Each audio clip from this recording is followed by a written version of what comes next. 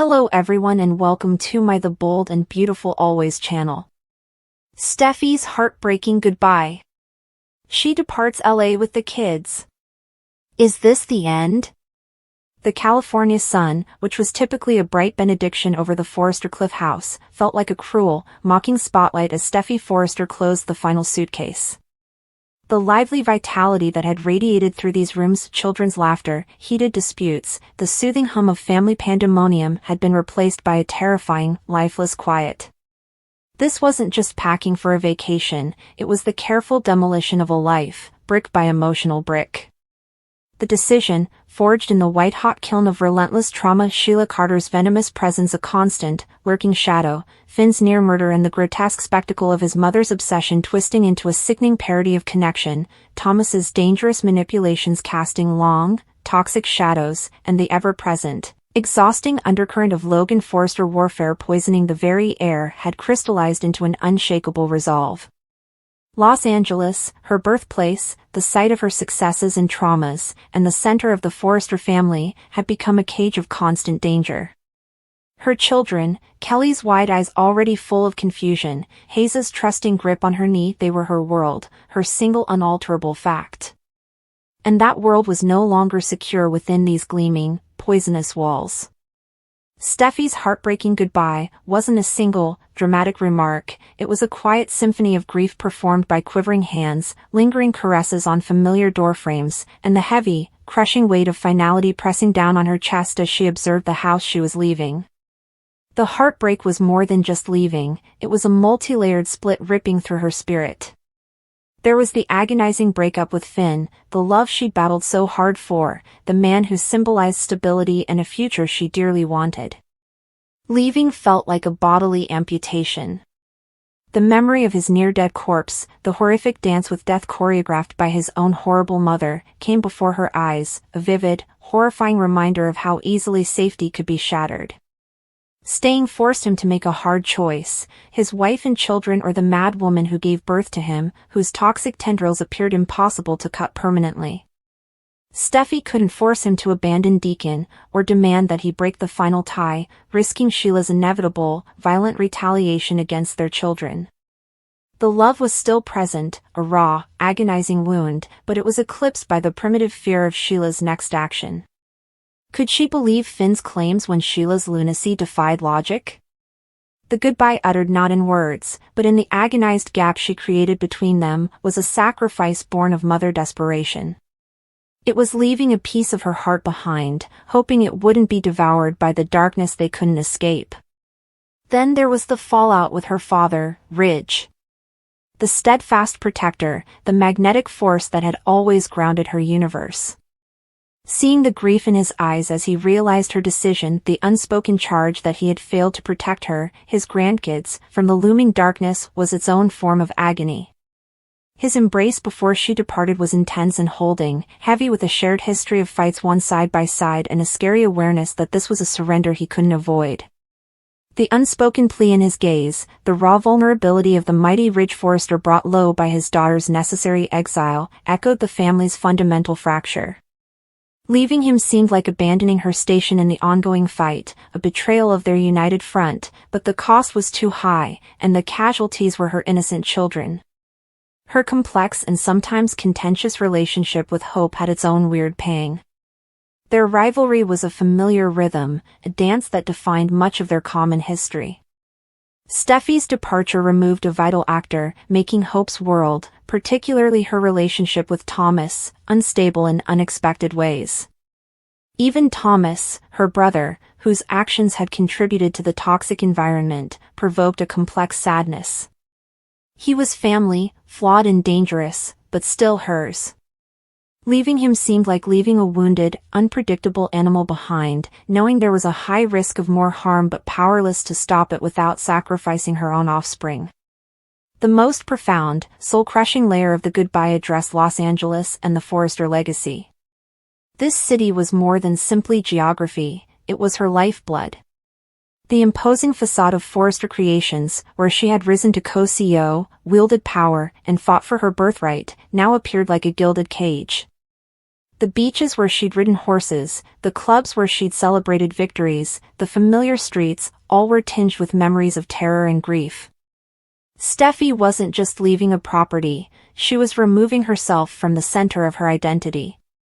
The Forrester name, a symbol of power and distinction that she had proudly worn, now felt like a target. Could she truly be Steffi Forrester without the clamor of the LA machine, the cutthroat elegance of the fashion industry, and the dynasty's relentless, demanding presence? Uprooting Kelly and Hayes meant removing them from their birthright, the broad, complex familial network that was their inheritance. She was selling the known devil for the unknown, betting their future on the possibility that distance may provide the safety that LA clearly could not. The act of departing was a triumph of restrained agony. Moving through the lonely mansion, every step was echoed by spirits. Kelly's tentative remark, "When is Daddy coming to visit?" almost shattered her cool. Hayes, clutching a teddy animal symbolizing home, appeared to detect the seismic shift, his typical exuberance replaced by a quiet clinginess. Loading the automobile felt like loading a coffin for the life she'd lived. The final walkthrough was a quiet farewell tour, the kitchen, where family meals had degraded into strategy sessions against Sheila, the living room, where Finn had proposed, and the terrace overlooking the ocean, where she'd sought consolation numerous times. She touched the cool glass of the sliding door, her reflection a ghostly ghost against the vivid blue beyond, a woman carved with anguish and resolve, fleeing paradise because it had turned into hell. The trip to the airport was a weird journey through a metropolis that blurred past the windows. Familiar sights stung her with terrible nostalgia, the sign for Il Giardino, the turnoff to Spencer Publications, and the distant silhouette of the Forrester building. This was not a trip, but an evacuation. The impersonal bustle of the international terminal provided a stark contrast to the private tragedy she carried. Steffi finally let go of the mask as she sat in the couch, Kelly coloring with concentrated focus and Hayes sleeping on her shoulder. Silent tears streamed down her cheeks, not the theatrical sobbing of a soap opera heroine, but the silent, unwavering drip of great grief. She watched planes take off, representing escape and uncertain futures. Was Europe actually a refuge, or was it just another golden cage located further away? Will the distance heal or only postpone the inevitable encounter with Sheila's lunacy or Thomas's instability? Fear was a regular companion, intermingled with grief. Is this the end? The question was about more than just her physical presence in Los Angeles, it hit home on every level. Was this the end of Steffi and Finn as a couple who shared a home and a daily life? Could their love withstand countries, Sheila's machinations, and the corrosive passage of time caused by absence? Was it the end for Steffi Forrester, the co-CEO and formidable force in the family business? Her influence would fade, and her power base would weaken. New alliances would emerge during her absence. Was it the end of the Forresters as she knew them?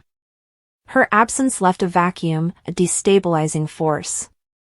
Rage was shattered, Hope and Thomas were left in a dangerous dance, and Eric and Donna were separated. The delicate environment has been thrown into pandemonium. Despite the crushing inevitability, flames of rebellion glowed. This wasn't a surrender out of weakness, it was a calculated, agonizing retreat prompted by pure love.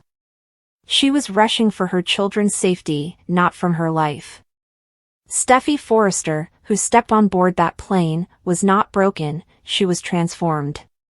Tempered by fire, tempered by necessity, her priorities mercilessly focused. The goodbye was heartbreaking because it was real, and it cost her everything she knew and loved. However, it was not necessarily the end. It was the end of a chapter, probably the most defining one thus far.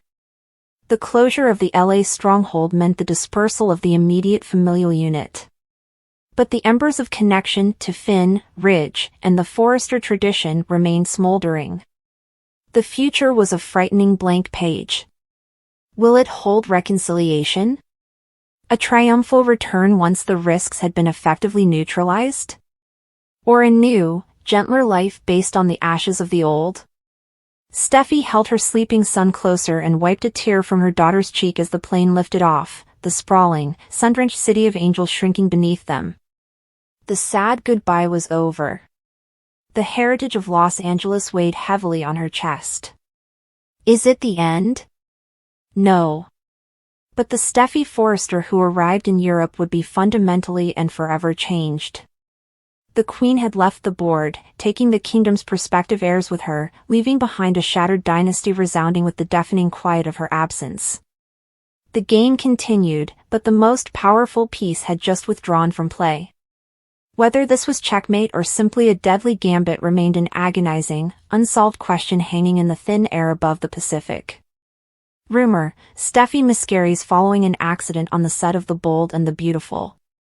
The air on The Bold and the Beautiful set became chilly with shock as word spread like wildfire of a tragic rumored accident involving Jacqueline MacInnes Wood, known for playing the fiery, independent, yet relentlessly tormented Steffi Forrester. Though CBS has not confirmed anything, inside sources and crew leaks paint a chilling image of a recent emotional and physical disaster that has the potential to profoundly alter both the actress's actual life and the soap's narrative arc. According to rumors, Steffi, who was pregnant both on-screen and off-screen in a possible overlapping storyline twist, miscarried as a result of a freak accident while filming a high-intensity emotional scene involving a standoff between Steffi, Sheila Carter, and Finn, a moment that was supposed to highlight Steffi's ultimate reclaiming of her power. According to those who claim to have witnessed the tragic moment, Steffi was rehearsing a dramatic confrontation in which her character would be pushed down a small set of stairs during an argument with Sheila, but a miscue, possibly a late cue from the stunt coordinator or a last-minute prop change, caused the fall to fail. Instead of landing on the padded mat just out of frame, Jacqueline lost her balance and hit her abdomen against the corner of the ornate marble banister, which had been reinstalled on set just hours before to create a more classic Forrester feel for the upcoming family scenes. Within seconds, panic broke out on set, with producers calling for medics, cast members rushing to her side, and filming coming to a halt. She reportedly curled into herself, gasping and gripping her belly, and appeared disoriented and in great pain, although being conscious. Crew members who were present described it as the most haunting moment of their careers, with one sobbingly remembering how the sound of Jacqueline's scream rang across the platform, leaving an unsettling silence before the madness began. She was promptly brought to Cedars-Sinai under full emergency protocol, and her husband, Elon Respoli, arrived shortly after, visibly disturbed and pressing through security to be by his wife's side. According to family sources, Jacqueline was in the early stages of a pregnancy that she wanted to keep quiet for a while longer, waiting until her next scheduled ultrasound before making the news. Doctors at the hospital were able to stabilize her, but devastating news quickly spread that she had tragically lost the baby. Though CBS has remained tight-lipped and issued a simple no comment on the circulating rumor, fans and insiders alike are already rallying behind the beloved actress with a flood of support, using the hashtags #PrayForJacqueline and #StrengthForSteffi on social media.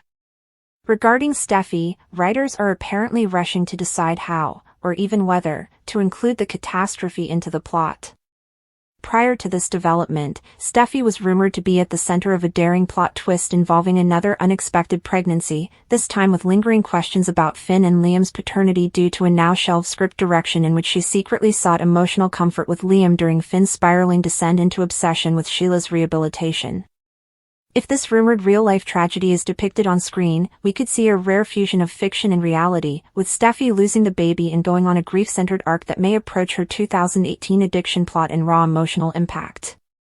Executive producer Bradley Bell reportedly called emergency meetings with the writing team to discuss whether to postpone taping for several weeks to allow Jacqueline to recover or to temporarily recast, a decision that has already sparked outrage among fans who believe no one else can portray Steffi with the same depth, edge, and maternal strength.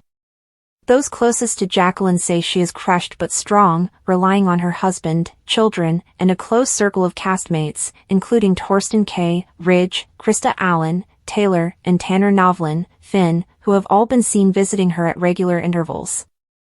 According to one insider, Jacqueline confided in Krista about how deeply she was connected to the fictional pregnancy on screen because of her own private joy, and how the emotional scenes they were filming, including Steffi's tearful revelation to Ridge and Taylor about expecting another child, felt surreal, as if she was manifesting her own journey through the character. This real-life loss is all the more poignant, and it has generated serious questions about whether Jacqueline will take a long hiatus from acting to process her grief and reunite with her family. The Bold and the Beautiful fanbase, known for its fervent devotion, has already launched forums and fundraisers in Jacqueline's honor, with some suggesting that the soap take a bold stand and produce a special episode dedicated to miscarriage awareness, using STEFFY's tragedy to shed light on a subject often overlooked in daytime drama. Longtime fans know how The Bold and the Beautiful once paid tribute to actress Hunter Tylo's real-life pregnancy loss by allowing her character, Taylor Hayes, to go through a similar experience in the 1990s, which was a breakthrough event at the time. Will history repeat itself, allowing Steffi to grieve on-screen while recovering off-screen? Or will the soap employ the more frequent approach of altering or reshooting scenes to reduce the gravity of the situation and maintain storyline continuity? As curiosity grows, social media is rife with hypotheses. Did Sheila push Steffi too hard? Was this scene a foreshadowing of Steffi's character's departure, either through a brief absence or an unexpected disappearance? Could Finn become enraged and blame his mother for an unplanned loss?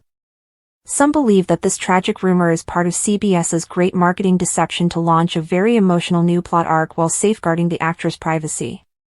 But for those who know Jacqueline best, the loss is palpable, and there's no place for sensationalism, simply a woman, a mother, and a performer who put her heart and soul into a scenario that ended in tragedy.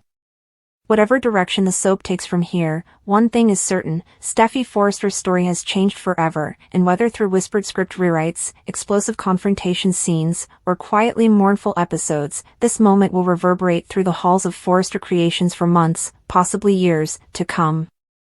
How will The Bold and the Beautiful write Steffi Forrester's exit? The Bold and the Beautiful has been action-packed this month, but with all of the mayhem following Luna Nozawa's killing, viewers appear to have forgotten that Steffi Forrester is still leaving the series. Jacqueline McInnes Wood is now on maternity leave, and she has few episodes left to air. But how will the authors handle her leaving town? Continue reading to find out what's going on with Jacqueline McInnes Wood's character on Bold and the Beautiful. Spoilers are below. Jacqueline McInnes Wood is pregnant.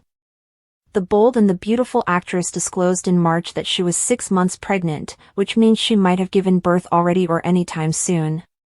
The general belief on social media is that Woods has already ceased filming and is on maternity leave. But, with so much going on with Liam Spencer right now, how can the writers justify the actress's absence from the canvas? A popular B&B idea said that Steffi will leave town with Liam to receive treatment for his tumor. Liam no longer has to travel because Grace Buckingham has magically healed him. It's also difficult to conceive that Steffi would leave Liam's side right now. She's been keeping vigil since he was shot. Is Taylor leaving too? Taylor Hayes may be leaving town after her breakup with Ridge Forrester in a few weeks, according to Bold spoilers. Taylor has a habit of fleeing when Ridge hooks up with Brooke Logan. Taylor may depart, with Steffi and the kids with her. But it's still hard to believe Steffi would abandon Liam right now.